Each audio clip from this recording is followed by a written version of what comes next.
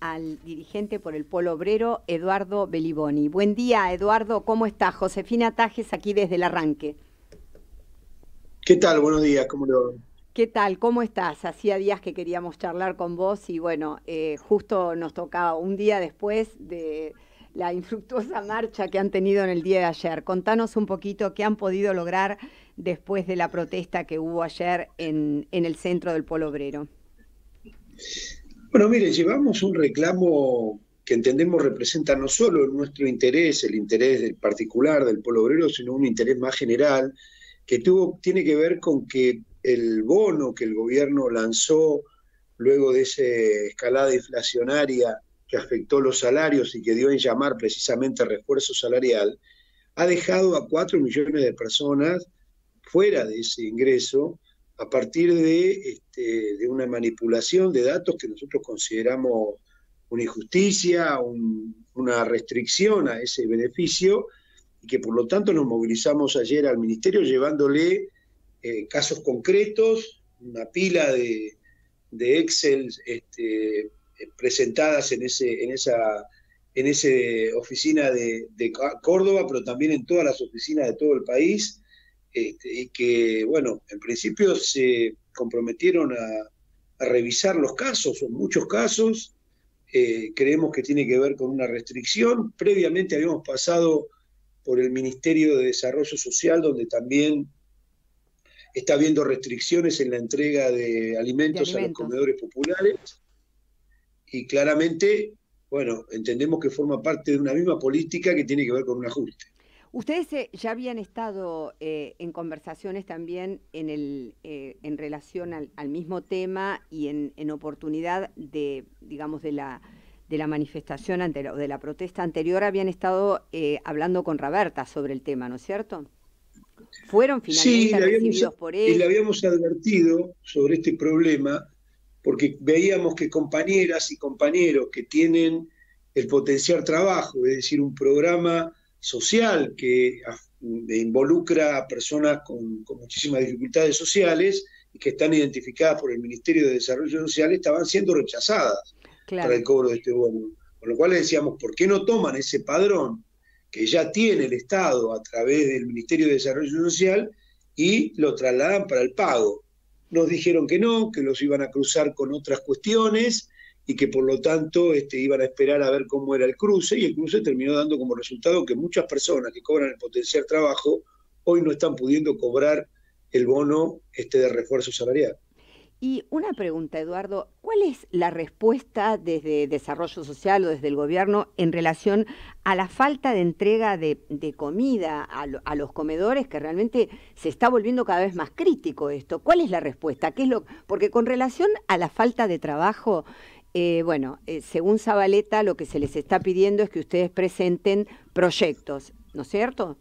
Pero con relación a los alimentos, ¿cuál es la justificación para esa carencia de entrega?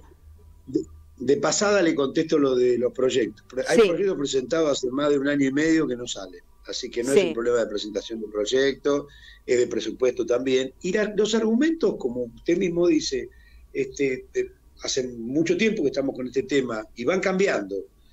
Ahora serían el problema de la guerra de Ucrania y el faltante de algunos productos. Hace unos meses era que no había camiones.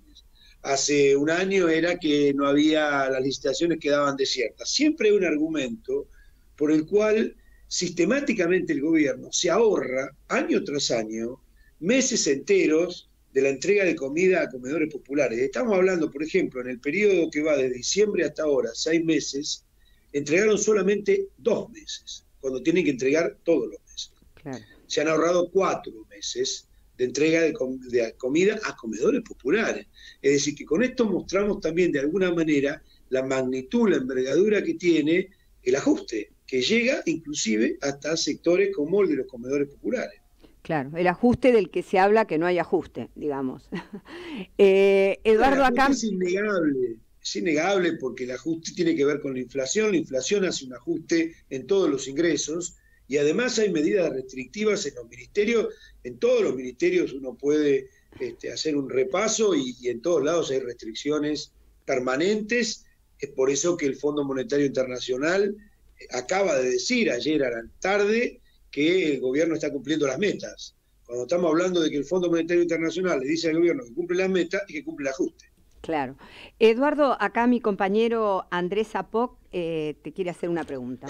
Hola Eduardo, buen día. Mi pregunta es, siempre hablamos de comedores, de la faltante de comida en los comedores, pero para que la audiencia y los oyentes tengan una noción de cuántos comedores populares estamos hablando, aproximadamente. Miren, es muy difícil saber cuántos comedores hay en la Argentina, pues son muchísimos, Sí.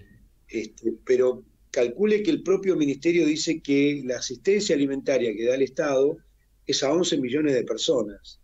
Es decir, es muchísima la gente que come a través de la ayuda social y en comedores populares. Con lo cual, que no llegue esa comida es un golpe muy grande para gente que inevitablemente está esperando la comida, la cena, la merienda o el almuerzo en algún comedor popular que tiene en su barrio. En los barrios, uno, si recorre los barrios más humildes, va a encontrar por cada manzana, encuentra un comedor popular seguro, cada 2 manzanas. Hay por todos lados comedores populares de distintas organizaciones, están los comedores también de las organizaciones religiosas, hay comedores por todos lados.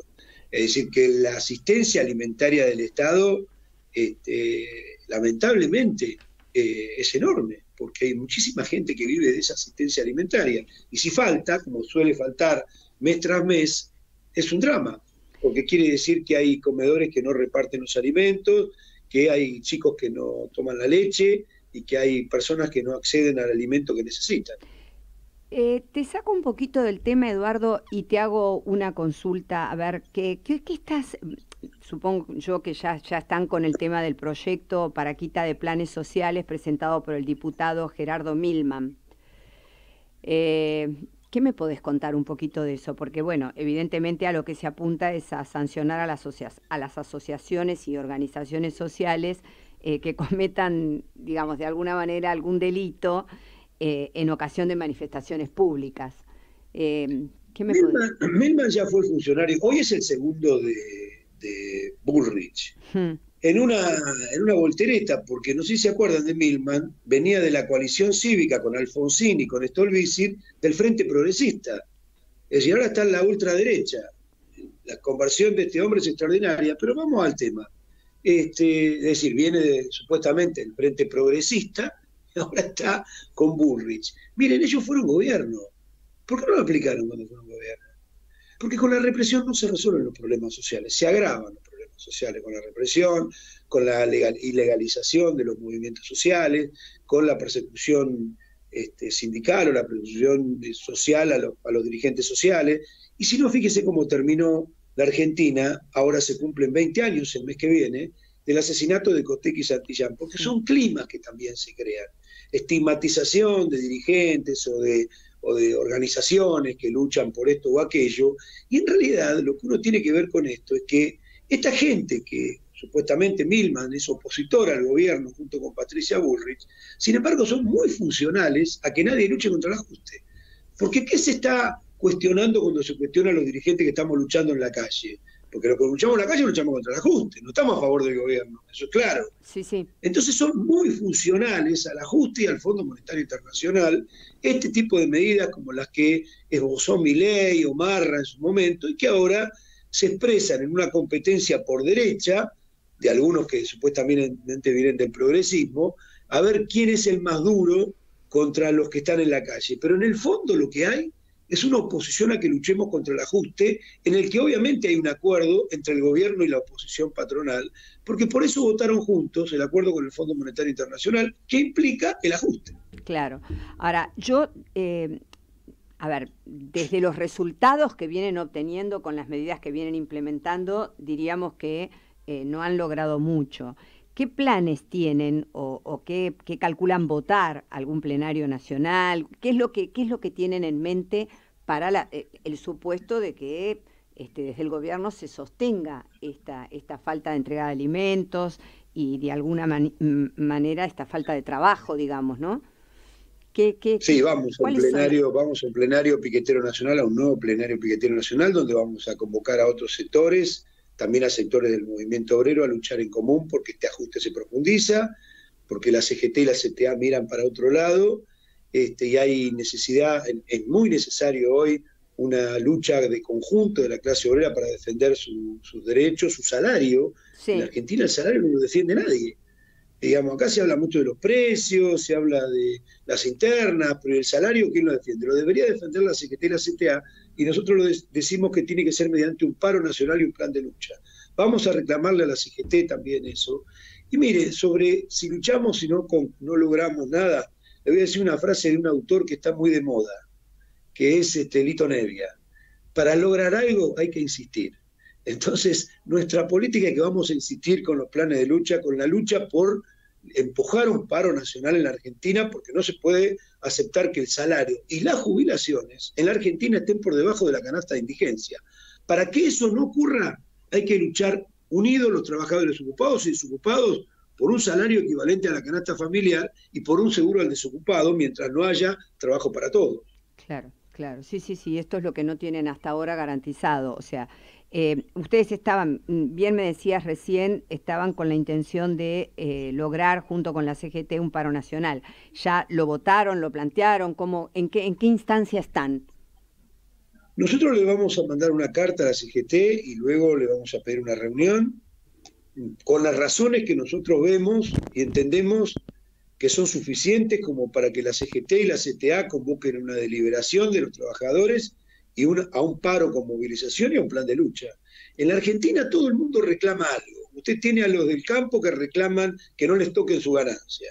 Es decir, multimillonarias ganancias a partir de la crisis mundial con los granos, no me toquen mi ganancia. Todo el mundo tiene un reclamo. Los empresarios que no le pongan impuestos, etcétera, etcétera. ¿Cuáles son los reclamos de los trabajadores y cómo los viabilizamos? Por un lado, nuestros reclamos tienen que estar en primer lugar el del salario y las jubilaciones que nos permitan vivir. Para eso necesitamos un salario equivalente a la canasta familiar y necesitamos impulsarlo con un plan de lucha. Claro. La clase obrera tiene que volver a sus métodos de organización y de lucha y no puede ser que la CGT y la CTA estén al servicio de un gobierno. Tienen que estar al servicio de los trabajadores o en apoyo a una u otra fracción de un gobierno. Tienen que estar al servicio de la lucha por los derechos de los trabajadores. Y el primer derecho del trabajador es tanto el salario como la jubilación. Claro. Eduardo, realmente te agradezco mucho los minutos para Radio Sónica y la siempre buena predisposición cada vez que te convocamos. Así que muchas gracias y bueno, esperando que puedan arribar a una solución. Muchísimas gracias a ustedes. No, al contrario. Muy buenos días, Eduardo. Pasó por la mañana de Radio Sónica Eduardo Belliboni, dirigente del Polo Obrero.